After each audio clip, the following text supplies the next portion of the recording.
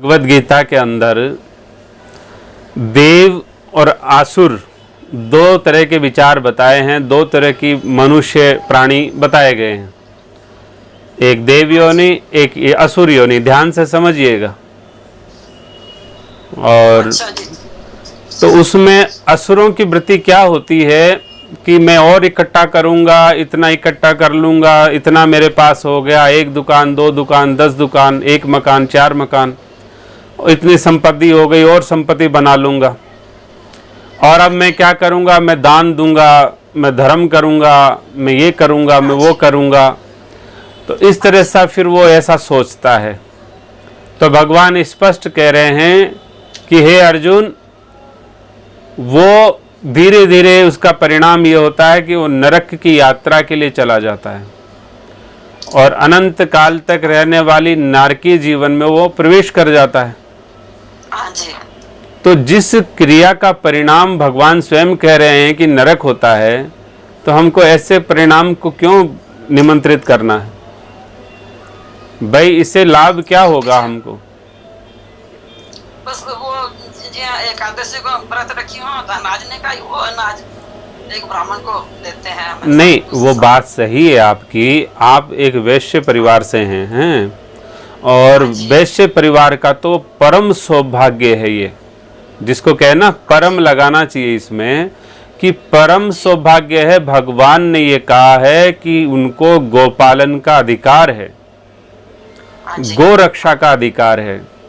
हैं भाई, गो को भोजन मिलेगा तो उसकी रक्षा होगी, लेकिन उसका पालन करेंगे तो रक्षा होगी। और गोपालन इतना बड़ा महत्व है शास्त्रों में, लेकिन हम पता नहीं किस विकृति में प्रवेश कर चुके हैं, अपने जो दिए हुए अधिकार का प्रयोग नहीं कर रहे हैं। और दिया किसने है? पड़ोसी ने थोड़ी दिया है, भगवान श्री कृष्ण स्वयं कह रहे हैं। और श्री गोमाता सभी महापुरुष मानते हैं, चाहे वो कोई भी संप्रदाय के हो, कि वो सृष्टि की मूल केंद्रा है। वो मूल है सृष्टि की मूल। और उसको तो दुर्दशा हो रही है, वो पीड़ित है, उपेक्षित है, संकट में है भयंकर। और हम जिसको स्वधर्म था कि उसकी सुरक्षा और व्यवस्था करना है, तो हमारे पास जो भी संसाधन है, चाहे 1 रुपया हो, 100 रुपया हो या 100 करोड़ हो, यदि इतनी ही श्रद्धा और धर्म की अपने को बात समझ में आती है, तो गौ माता की रक्षा और व्यवस्था का विज्ञान करना चाहिए हम सबको भाई। क्योंकि गौ माता बचेगी तो सृष्टि बचेगी। और गौ माता की रक्षा और सुरक्षा व्यवस्था में कोई लग जाता है तो उसके लिए तो कोई ऐसा और पुण्य की जरूरत नहीं है उसको। ब्राह्मण की क्या, किसी और की। गौ माता की सेवा में यदि कोई लग जाता है, उसको कभी किसी कालखंड में अन्य पुण्य की जरूरत नहीं है। उसको, उसके पितरों को कोई आंख उठाकर देख नहीं सकता, उसके जीवन को कोई विकृति की ओर ले जा नहीं सकता। देवता उसके दर्शन के लिए तरसते हैं।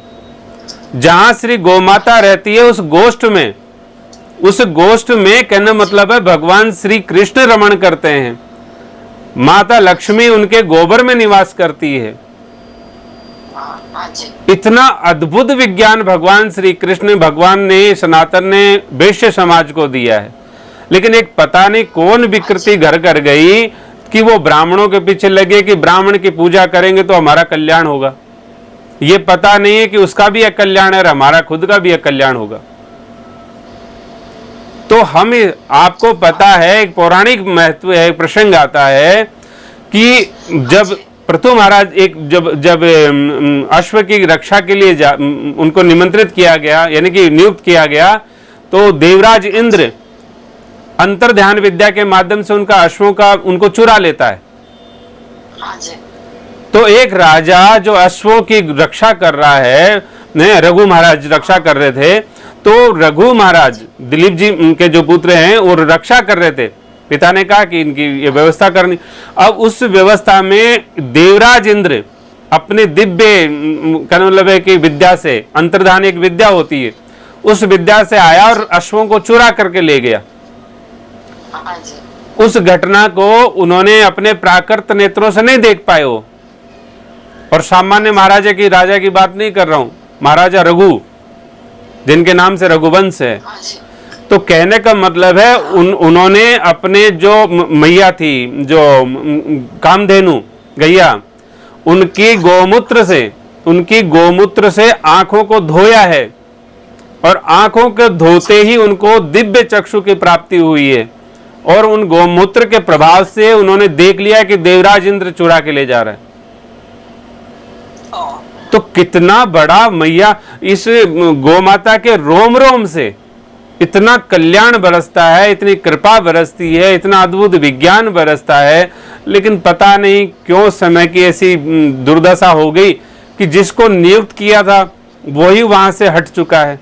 यदि आप किसी से कहो कि गोमाता के लिए ऐसा कर लो भाई, कम से कम एक गोमाता की सेवा तो मेरे तो लग जाओ, तो वो 70 बहाने बना देगा, ये कर देगा, वो कर देगा। लेकिन उनको वो नहीं समझ में आता। लेकिन बोले आप ये काम कर लिया, ब्राह्मण को पकड़ो कहीं से, तो ब्राह्मण को पकड़ के लाओ, उसको जिमा दूं या उसको दान कर दूं या ये कर दूं। तो ये वृत्ति कहाँ से आई पता नहीं, हमें तो समझ में आता नहीं। इसलिए वैश्य समाज के पास तो जो संसाधन हो, अपने संसाधनों को स्वधर्म में लगाना चाहिए। और गौमाता जब तक कष्ट में है, दुखी है, तो वैश्य भी उसमें दंडित होगा। इसलिए समझने का प्रयास करो। आपका स्वधर्म स्पष्ट लिखा हुआ है, इतना कोई क्लिष्ट और कॉम्प्लिकेटेड तो है ही नहीं। वो है आपको साधारण से जो 3 सेवा दी है भगवान ने, अब उन तीनों में से कोई सेवा, अब धर्म के नाम पे करने वाली एक ही सेवा है, वो श्री गौमाता की शरण, बस। अपने पास जो भी कुछ हो, चाहे आपके वो मान लो जो सीधा आता है, जो कुछ आता है उसका 100 रुपया बनता है, तो 100 रुपये गौमाता के निमित्त निकाल दो। जो कुछ करना है गौमाता को दो, ताकि ब्राह्मण भी बचेगा, धर्म भी बचेगा, आपका स्वधर्म भी पालन होगा, और आपके लिए भी आगे विशेष की प्राप्ति की कोई मार्ग प्रशस्त होगा। हाँ जी, बहुत सुंदर, बहुत अच्छा। इसलिए हमारा तो किसी का विरोध नहीं है, लेकिन हमें ये बात समझ नहीं आती, शास्त्र विरुद्ध कोई क्रिया नहीं करनी चाहिए। इसलिए गौमाता बहुत दुखी है। हम तो संतों को देखते हैं, हमारे संत बेचारे कैसे रोते हैं, विरह करते हैं। तो इसलिए हम लोग तो पत्थर दिल हैं, हमें तो कभी कुछ आता जाता नहीं है। लेकिन आप लोग तो नियुक्त हैं और आप समर्थ भी हैं, ईश्वर ने आपको सामर्थ्य भी दिया है। इसलिए आप स्वयं बच्चों को प्रेरणा करें, समाज में और दूसरों को प्रेरणा करें, तो कुछ न कुछ तो गौमाता की आपको भी कृपा मिलेगी। हाँ जी, बात क्लियर हुई कि नहीं आपकी? हाँ जी, बहुत सुंदर। इसलिए आप जो भी है गौमाता की, और ये निसंदेह आप कृपा मानो कि गौमाता की करुणा और कृपा से बड़ी कोई कृपा किसी की भी नहीं है। हाँ जी, ठीक है। हाँ जी। राधे राधे। दूसरा मैं जाप करती हूँ।